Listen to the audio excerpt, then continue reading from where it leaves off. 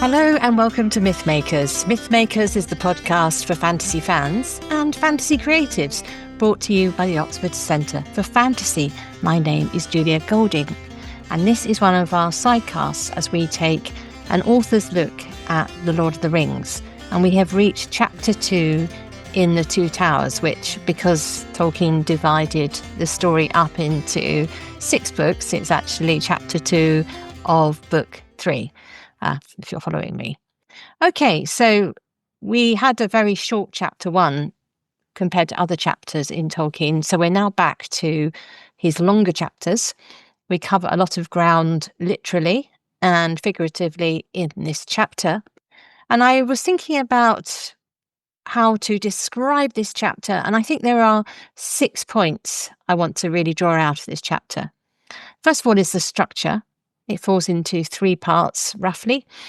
We have the chase of Aragorn, Legolas and Gimli as they run across the plains of Rohan on the trail of Pippin and Merry and the orcs.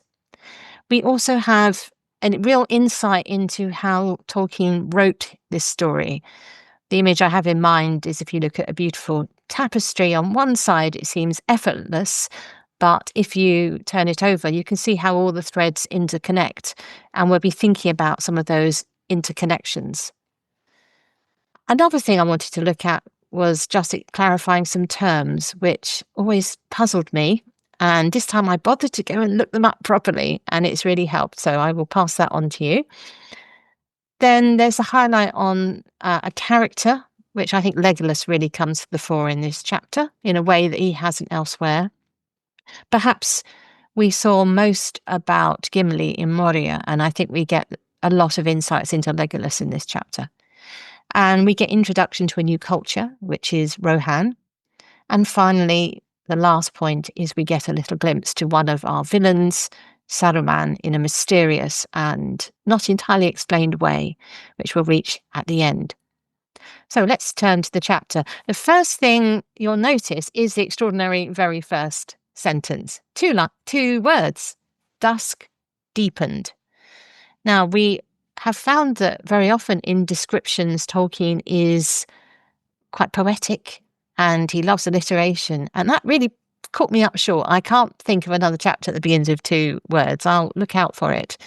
But it's very punchy and just, I love it.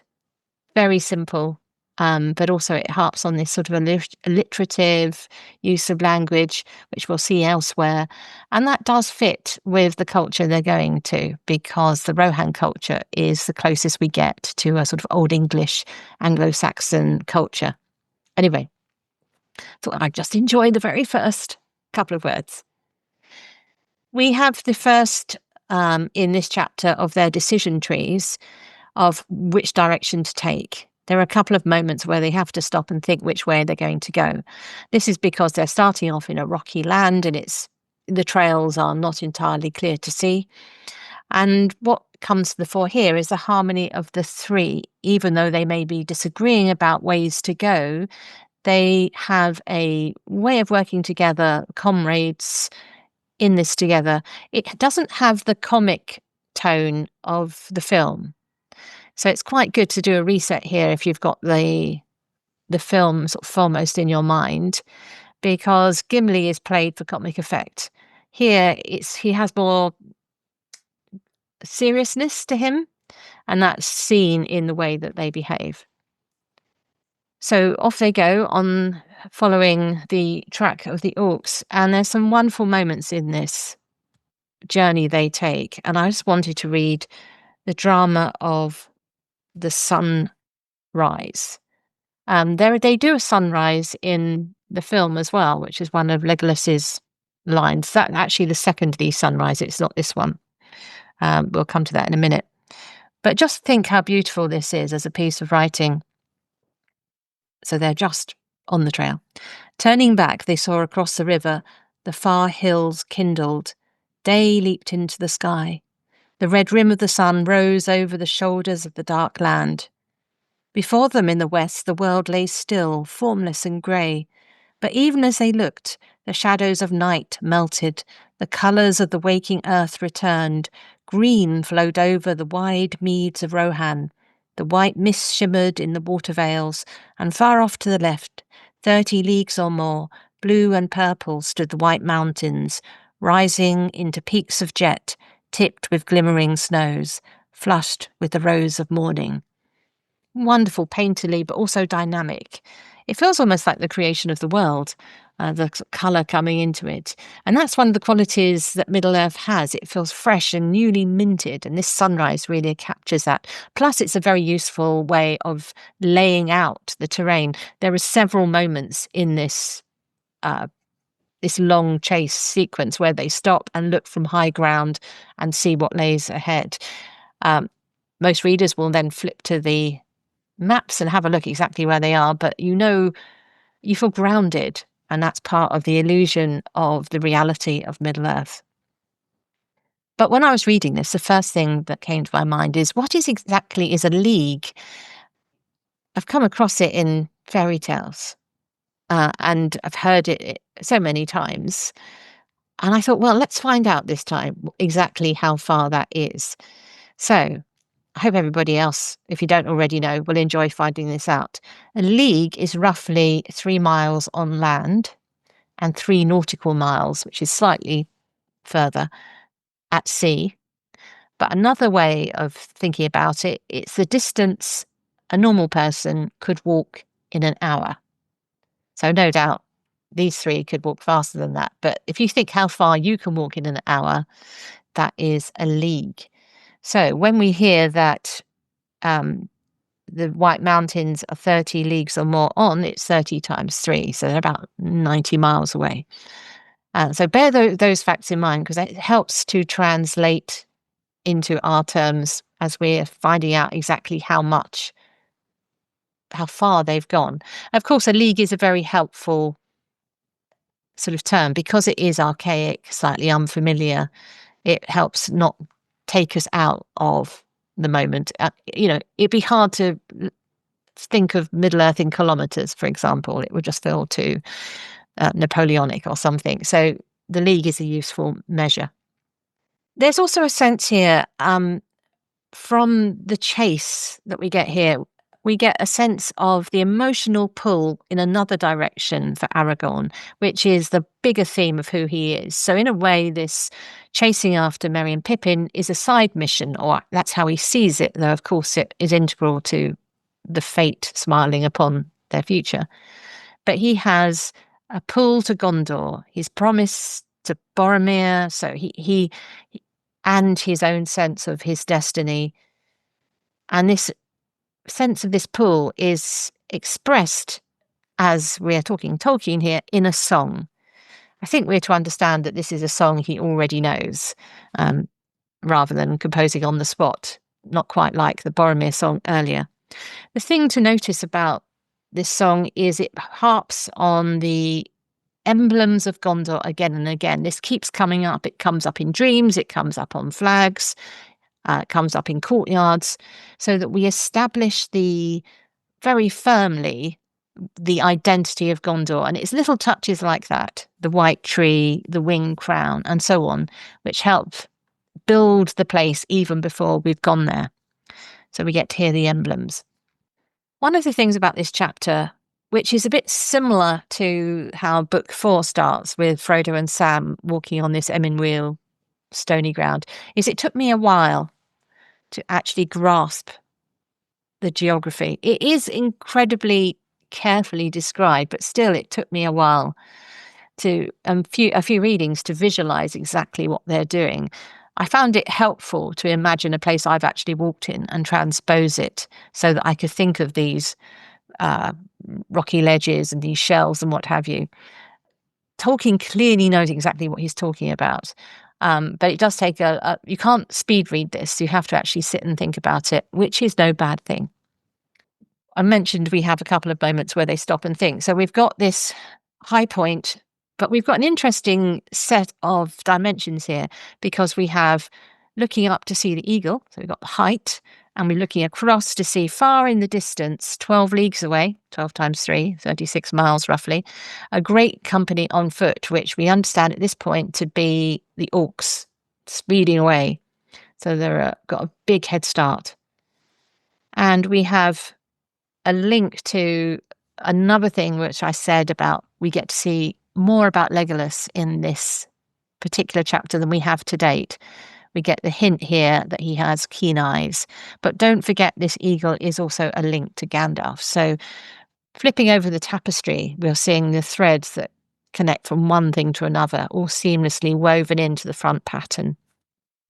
When I was reading it this time, and they come to describe the trail left by the orcs, what I was fascinated by was the things orcs left behind.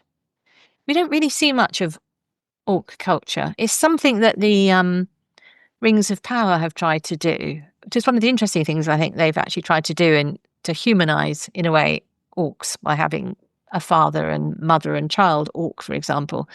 But here we get to understand the kind of people orcs are as a band.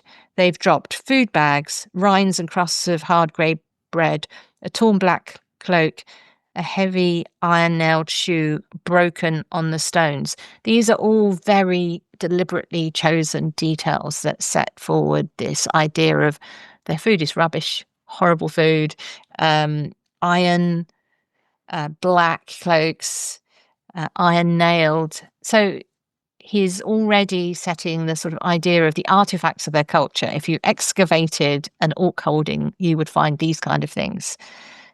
No fine bits of gold or filigree or shields or swords or that kind of thing. It's all, they are sort of portrayed by what they leave behind, as well as the fact they've trashed the places they stop in.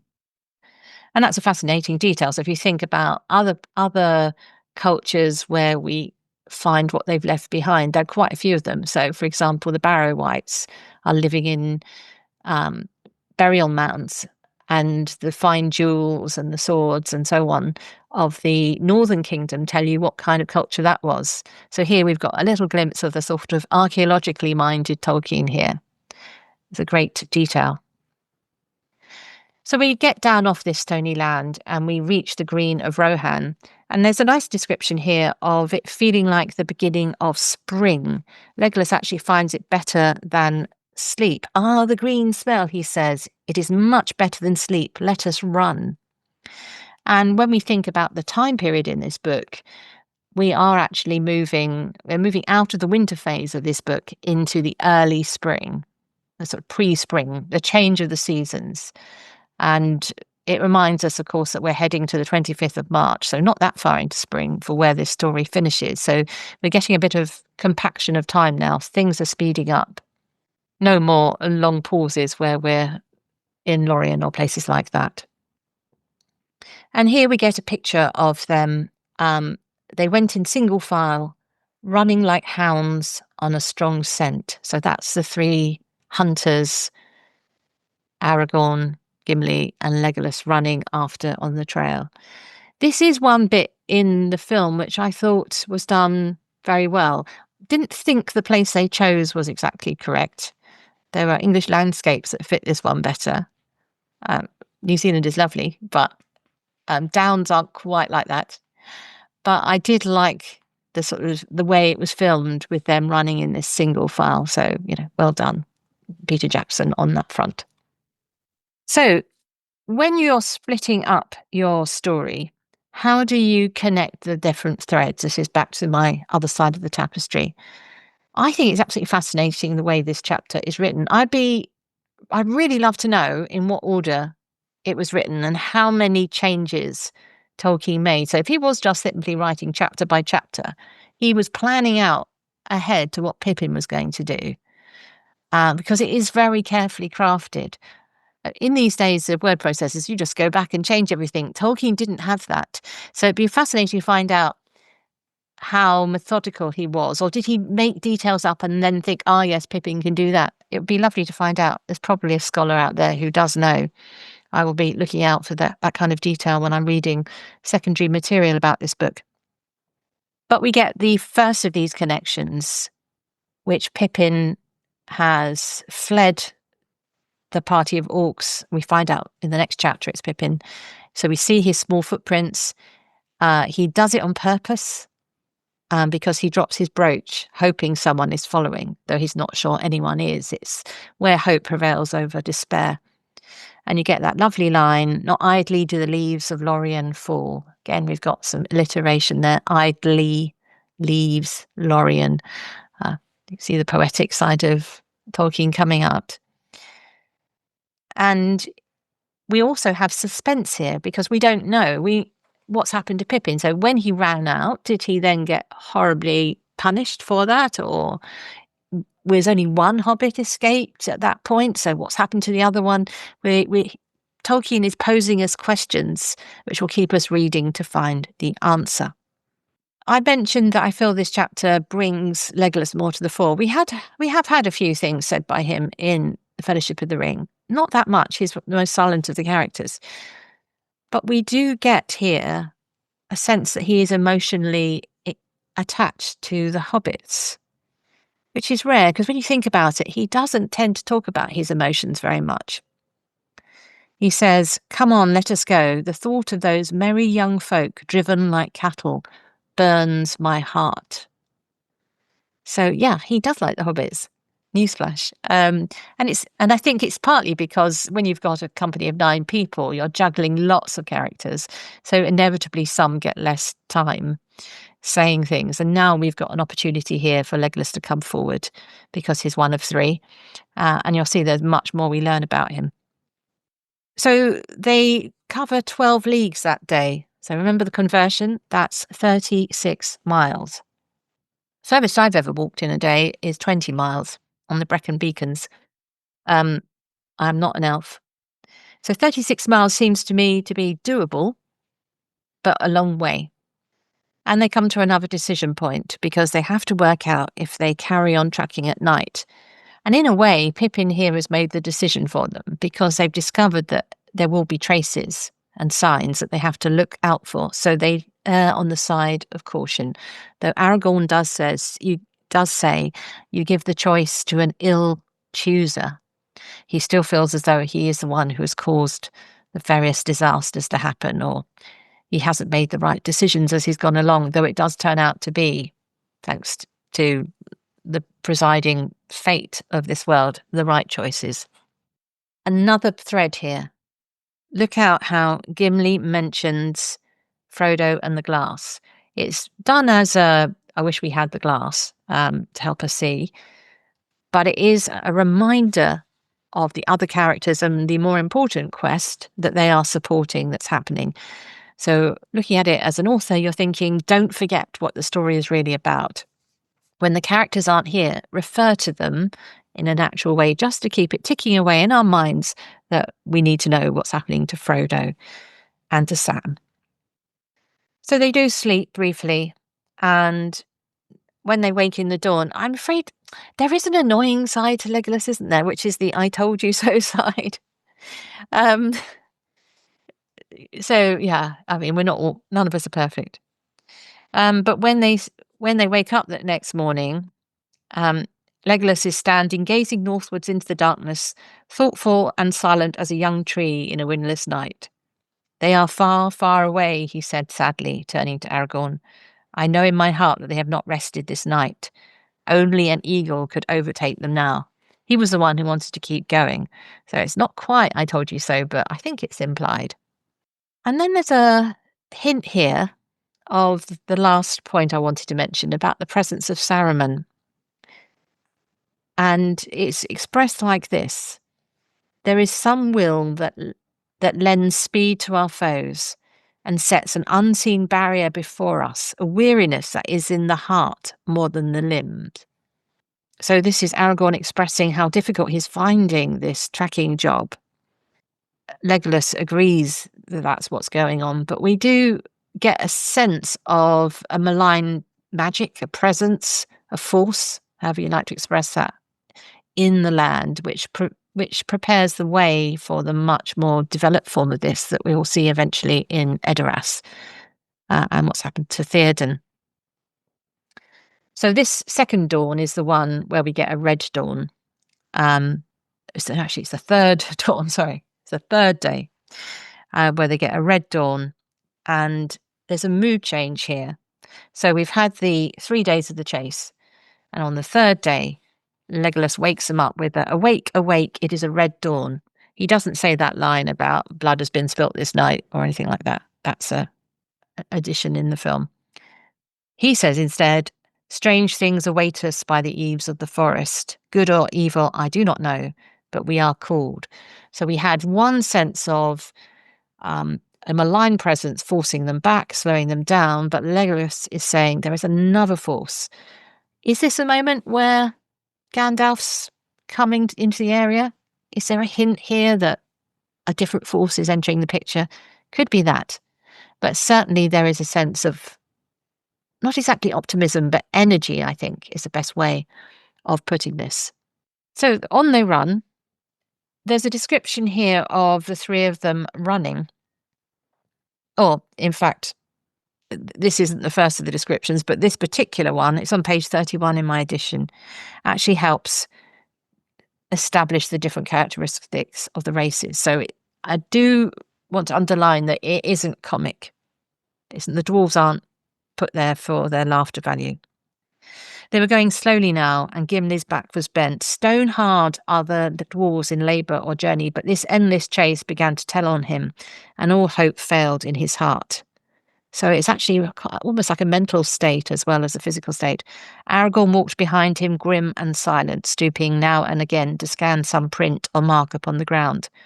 Only Legolas still stepped as lightly as ever, his feet hardly seeming to press the grass, leaving no footprints as he passed. But in the waybread of the elves he found all the sustenance that he needed, and he could sleep, if sleep it could be called by men, resting his mind in the strange paths of elvish dreams, even as he walked open-eyed in the light of this world.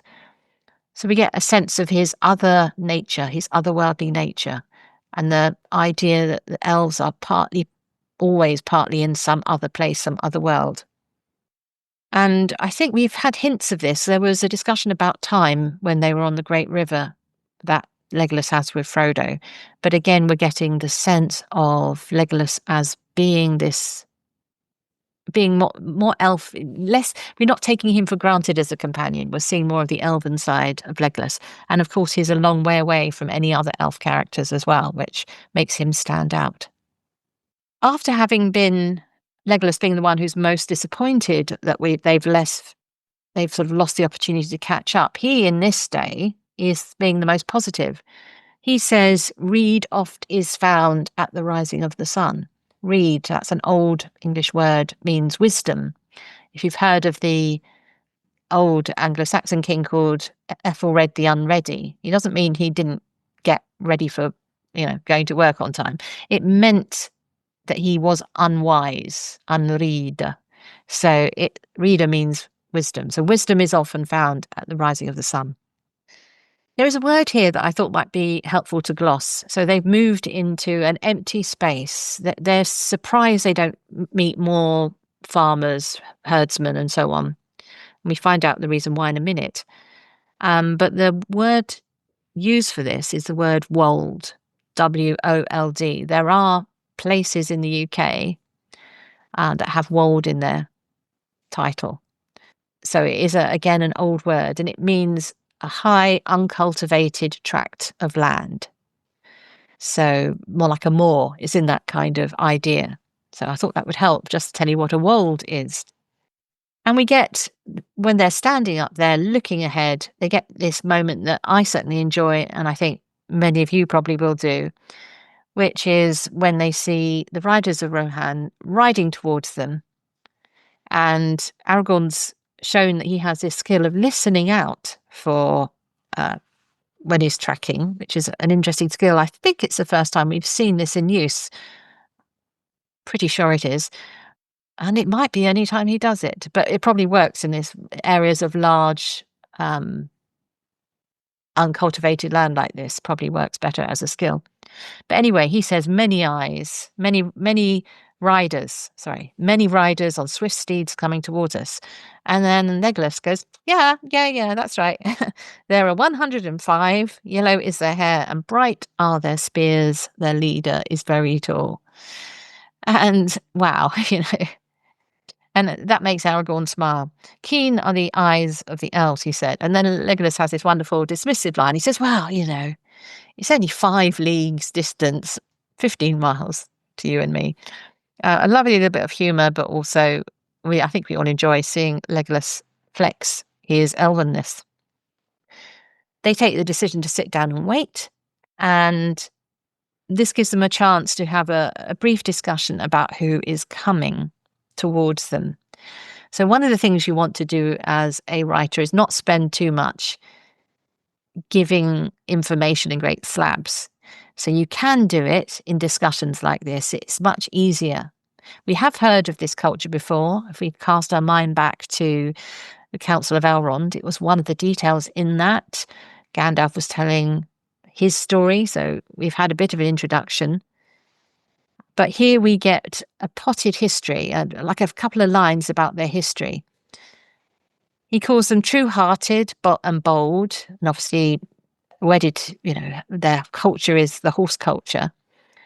They have songs rather than books. Again, this all sort of chimes with the sort of Anglo-Saxon world, really. And he calls them children of men, i.e. they're from younger days. This reminds me a bit of the description of Arthur's court in Sir Gawain and the Green Knight, where the court is described as childlike. Interesting adjective, but I think it is trying to sense that the idea here is that they are people from an earlier time, like the beginnings of culture. He mentions that they are kin to the Bardings. That's the people around sort of Lake Town, that area, and Beornings, Bjorn the shape changer in the wood. So they come from the north. That's where they've come from. And they also refer here to the rumour that was repeated, I think it's at the Council of Elrond, that they send horses in tribute to Mordor. And this is one of those questions that's going to be aired in this chapter. And Aragorn stands with Boromir by rejecting the rumour, and we soon learn that he actually has deep knowledge, having ridden with the riders earlier on in his life. We get the wonderful arrival of the riders of Rohan. Note here that Tolkien is so much thinking about the horses in association with Rohan that the people are described pretty much like horses. The men that rode them match the horses, tall and long-limbed, their hair flaxen pale flowed under the light helms and streamed in long braids behind them. Their faces were stern and keen, so they have manes too. So is it just a bit of fun description, that? I love the drama of this moment where the three are hidden by their cloaks and they're not spotted until they stand up. And I think when you think of the film version, they pretty much took the stage directions from the book and transposed them immediately into the film. So I can't help, as much as I try and get rid of thinking about the film, I can't help but think of the choreography of the horses sort of turning round and spinning in a circle, and ending up with the spears pointing at the interlopers. It was well done by the stunt riders, but Tolkien got there first, so they're honouring Tolkien. So here we meet our man Éomer, and they're sizing each other up. Éomer shows that he has good judgment because he doesn't immediately run them through with a spear. Doesn't treat them like he's just treated the orcs. They have a conversation, but there is a healthy dose of suspicion, and the particular sort of flashpoint between Éomer and Gimli is Éomer thinks that the Lady of the Golden Wood is a sort of sorceress who traps people. Few escape her nets, they say, and this, of course, sets Gimli off as red rag to a bull in Gimli's eyes, and it starts this sort of little theme that weaves through this time with Rohan, where Gimli and Éomer are often bantering with each other about this. It goes all the way to the end of the book. Remember what I said about, as an author, you don't want to do great slabs of explanation as part of the narrative. Here we get Éomer describing the geopolitical situation, and it feels natural. It's necessary information. That's really the rule. Only give the information when it feels necessary to release it. Otherwise, it feels like padding. And the visitors need to know what's going on. And because I think Aragorn is sensing the leadership qualities of young Éomer, he declares himself, which is a big moment, because Rohan, though it is a separate kingdom, he would be or will be their overlord. And he's wanting to assert that at this point and get cooperation, as is the age-old tradition between Rohan and Gondor. So he throws back his cloak. The elven sheath glittered as he grasped it, and the bright blade of Andúril shone like a sudden flame as he swept it out. Elendil, he cried, I am Aragorn, son of Arathorn, and am called Elessar the Elfstone, Dunedain, the heir of Isildur, Elendil, son of Gondor. Here is the sword that was broken and is forged again. Will you aid me or thwart me? Choose swiftly. Gives them a choice. And I suppose one reaction would have been, you're crazy, you're deluded, and some of the people listening are more of that sort of point of view. But Éomer is actually, he takes a moment to think about it, and he is awed. He senses that this is a big moment for him to decide. So the point of decision is actually delayed to the moment when they part, but they go from that to talking about the orcs that they killed. Because Aragorn asked, did you see our friends? And this reveals an interesting little fact that the Rohan culture has stories about halflings. So they know what Aragorn is referring to when he describes them as halflings. Or in fact, actually, it's Gimli who calls them a halfling. Aragorn is referring to them as they look like children or dwarves, assuming that the Rohan culture doesn't know. And again, this is one of those lovely bits of weaving that's going on, because there's a discussion between Merry and Theoden about the cultures knowing each other, which is rather lovely detail. It's interesting that Rohan knows about halflings, whereas the Ents don't. Discuss. Possibly because they're from the north, and that's where the hobbits have settled. We also, because they have told us, actually, you were chasing those orcs. Emma says, we've destroyed them. There were no hobbits. We're left wondering, have Merry and Pippin got caught up in the slaughter? Are they dead? We hope not. It feels like the kind of story where they won't be dead, but we've just lost Boromir, so there is a bit of jeopardy here. And then we get a couple of other little details I want to bring your attention to. We get a recap on the role of Shadowfax at this point. It's good to foreshadow things that are about to become a big factor in a story. We did hear about Shadowfax way back in the Council of Elrond, in the account of Gandalf fleeing from Rohan, fleeing from Saruman, in fact. And now we get, again, a story about Shadowfax with a sense of how important he is to the Rohan culture. And we also have the foreshadowing of the kind of reception that Gandalf is going to get when he goes to see Theoden. So plant the seeds early so that they can bloom at the right moment is the moral of that author tip there. And we also get the final totting up of how far they've gone. Now, Éomer says 45 leagues. So that's about 135 miles, isn't it? Something like that. That's pretty good going, but I suspect it's further, because I think he's measuring from the moment they left the Emyn Muil, so it's even further than that.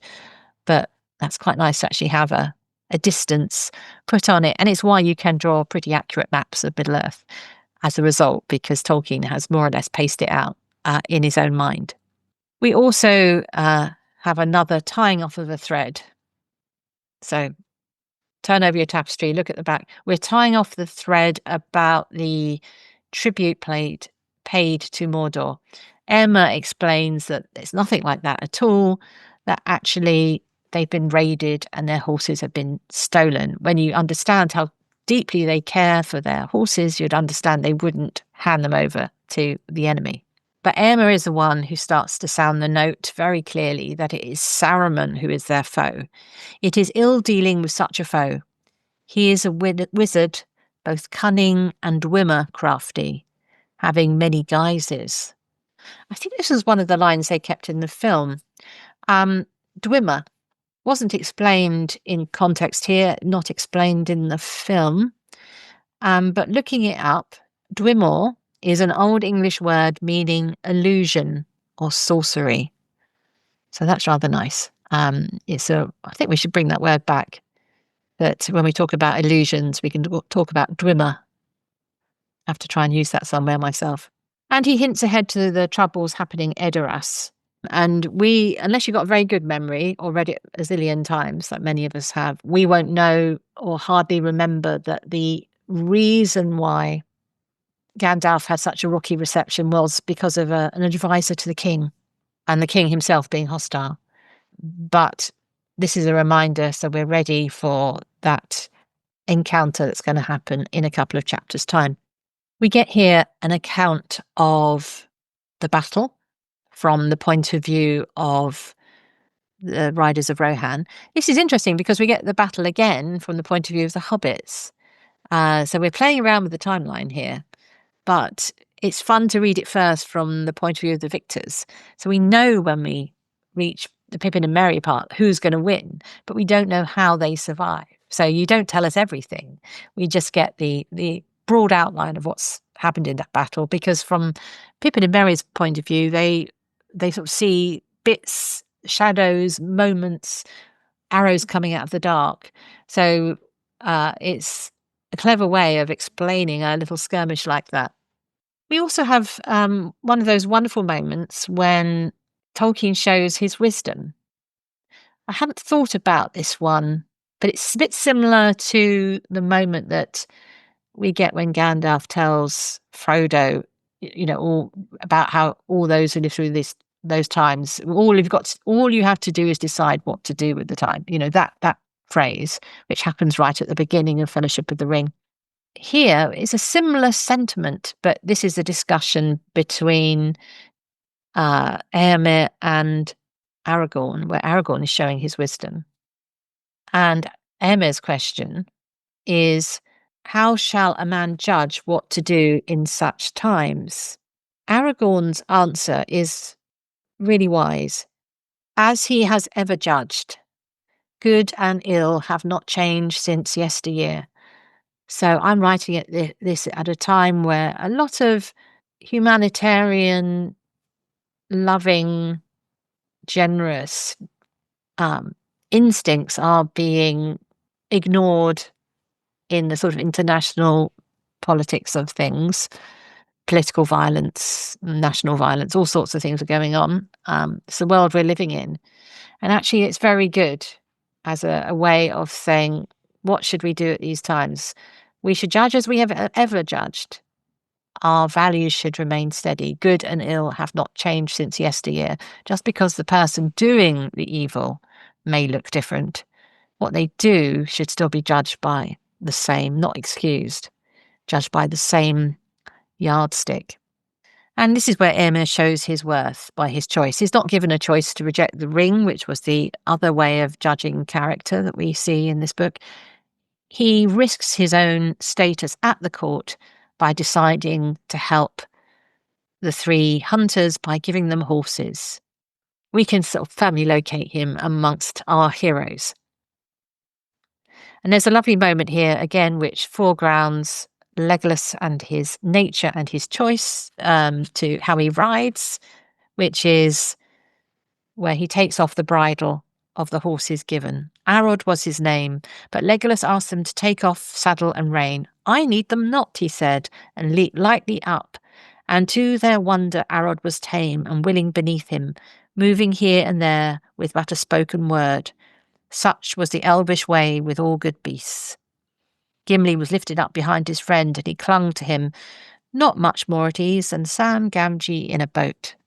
Notice leaped lightly, not a little bit of Tolkienian alliteration to enjoy. So we get to the last third of this chapter, leaving behind, or in fact, the riders ride off. They head in different directions, and our hunters reach the battlefield where the ashes were still hot and smoking. So there is no sign of the hobbits, and so we have this acute moment of jeopardy that they are lost forever in the wilds. And this leads to a little bit of hand-wringing, really.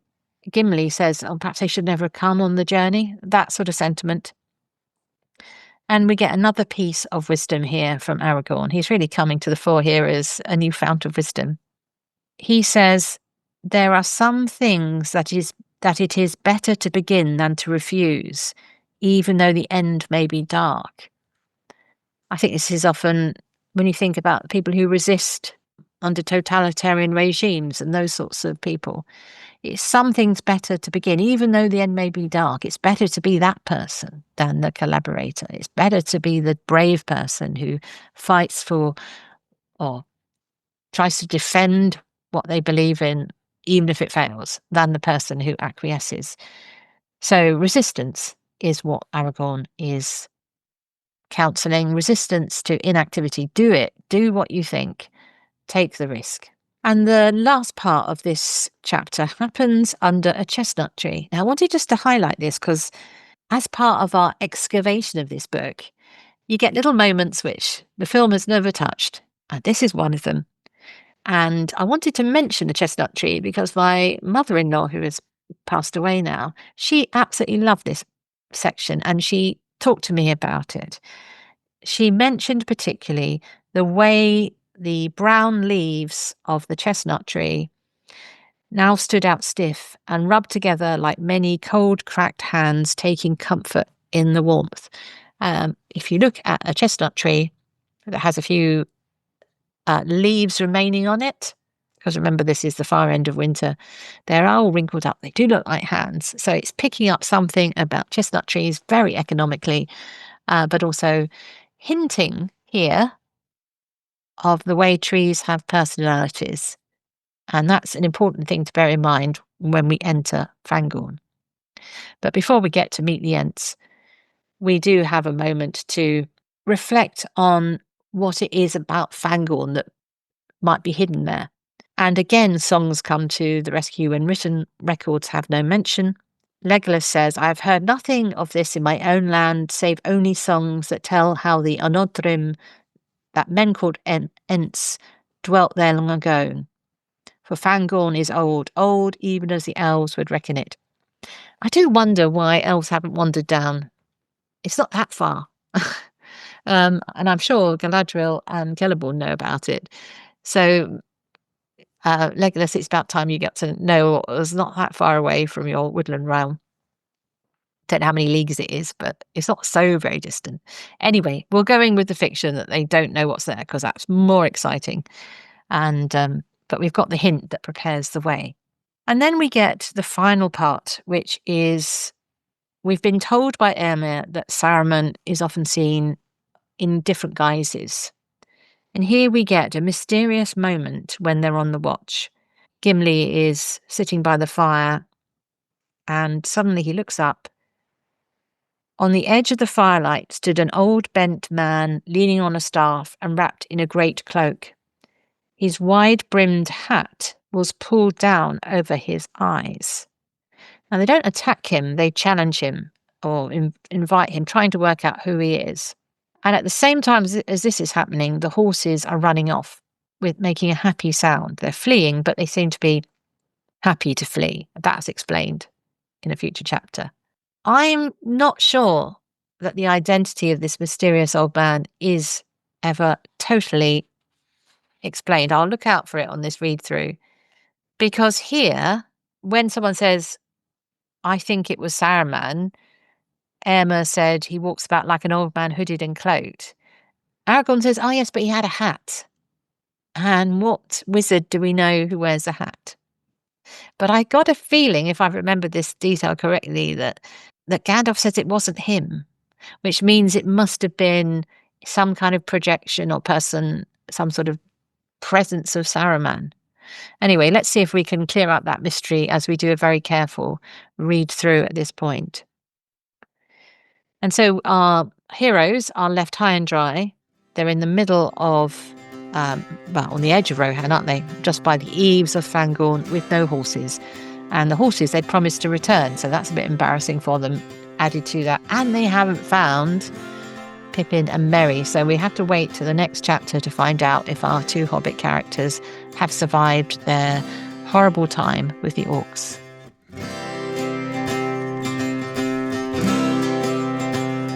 Thanks for listening to Mythmakers Podcast, brought to you by the Oxford Centre for Fantasy. Visit oxfordcenterforfantasy.org to join in the fun. Find out about our online courses, in-person stays in Oxford, plus visit our shop for great gifts. Tell a friend and subscribe wherever you find your favourite podcasts worldwide.